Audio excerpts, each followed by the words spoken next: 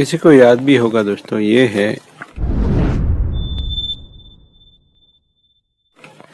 Australian ficus, but उसको हमने बनाया था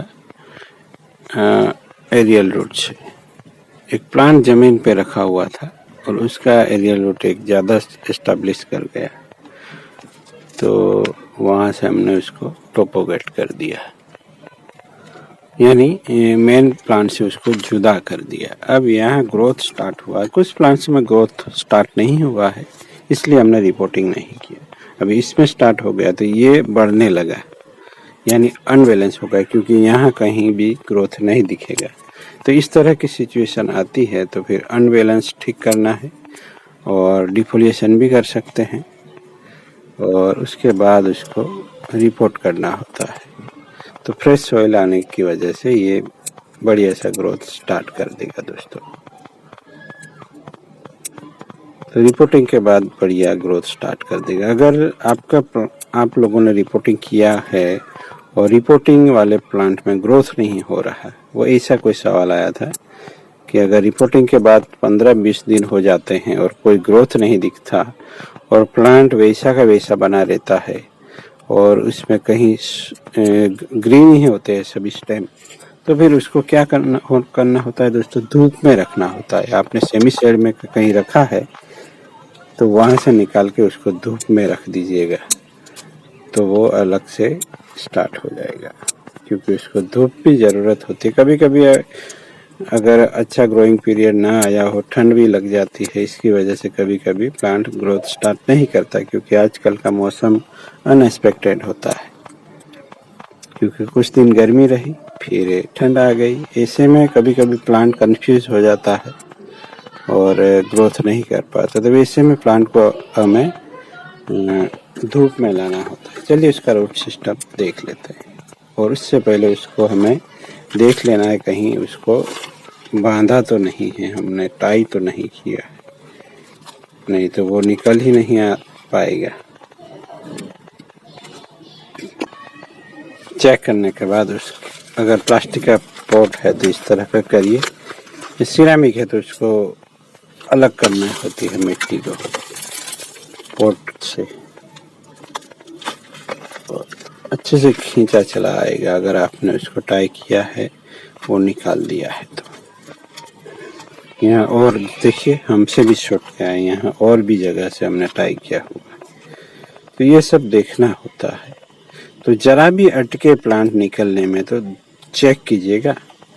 फायर बाइट है तो बाद में भी निकाल सकते हैं, या पहले ही निकालना चाहिए, मैंने नहीं निकाला है।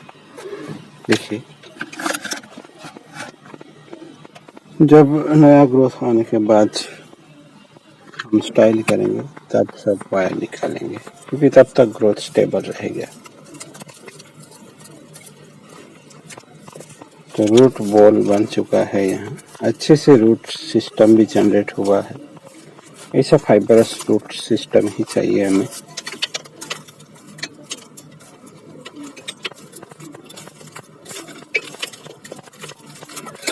तो इस तरीके से अलग कर दीजिएगा। टेम्परेचर बहुत ज़्यादा हो चुका है, क्योंकि धूप में पड़े रहते हैं पौधे, आजकल गर्मी ज़्यादा पड़ रही है।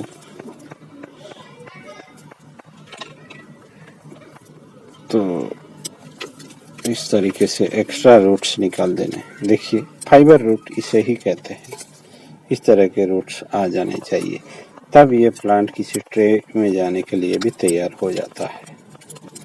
क्या हम रख सकते हैं इसे प्लांट को या छोटे पोट में, या कोई फाइनल पोट बनाया हो आपने, वैसे में आप उसको रख सकते हैं। कोई स्टोन पोट में रखना चाहते हैं वगैरह में, रेमिफिकेशन भी होता रहेगा और ये स्टेबल हो जाएगा इस तरह रूट सिस्टम से,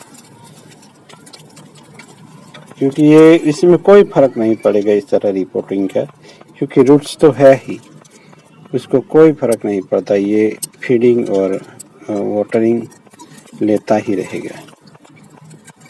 तो इस तरह का रूट सिस्टम हो जाए आपके प्लांट में, तो फिर समझ लीजिए अपना प्लांट बन चुका है बोनसाई। तो इस तरह अगर प्लांट तैयार हो जाता है तो आप पोट बदल सकते हैं, अगर ज़्यादा ग्रोथ चाहिए प्लांट में तो आप बड़ा पॉट ले सकते हैं। इस वक्त हम इसमें कुछ छोटा पॉट में या ट्रे में डाल सकते थे, पर हमारे पास कुछ अवेलेबल है नहीं, तो फिर मैं उसको यही पॉट में डाल रहा हूँ। ये बात समझ लीजिएगा। यानी हर रिपोर्टिंग में आप नया पॉट ले ये भी ज़रूरी नहीं, या फिर कोई निमोटाड वगैरह लग चुका है तो फिर आप नया पॉट ले सकते हैं, क्योंकि वो इन्फेक्शन रह गया तो फिर अपने प्लांट को नुकसान कर सकता है। तो इस तरह अगर कोई रोग नहीं लगा है प्लांट में तो फिर आप वही पॉट रख सकते हैं, कोई दिक्कत नहीं है। बट आपको लगे कि मुझे कोई कंपोजिशन बनाना है वगैरह तो फिर आप बेझिझक पॉट बदल सकते हैं। ये अच्छे से ग्रो करता रहेगा दोस्तों। इस तरह आप बड़े पॉट में डालेंगे तो प्लांट में ग्रोथ ज़्यादा होगा।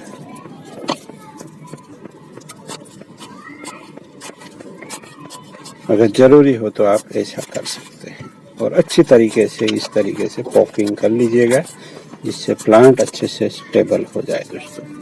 तो बहुत आसानी से तैयार हो जाते हैं प्लांट्स, बस कुछ मेहनत करनी होती है और सही डायरेक्शन मिलती है तो आप जल्द से जल्द इसे प्लांट डेवलप कर सकते हैं। कुछ वक्त तो जरूर लगता है, पर सबके साथ ट्रेन होते होते एक्सपीरियंस मिलता रहता है और कई सारे प्लांट तैयार हो जाते हैं एक प्लांट के साथ। ऐसा नहीं है कि 5 साल लगे और आपने एक ही प्लांट पे वर्क करते रहे, ऐसा नहीं है।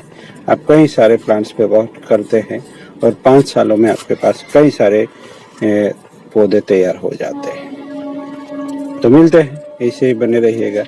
Thank you for watching.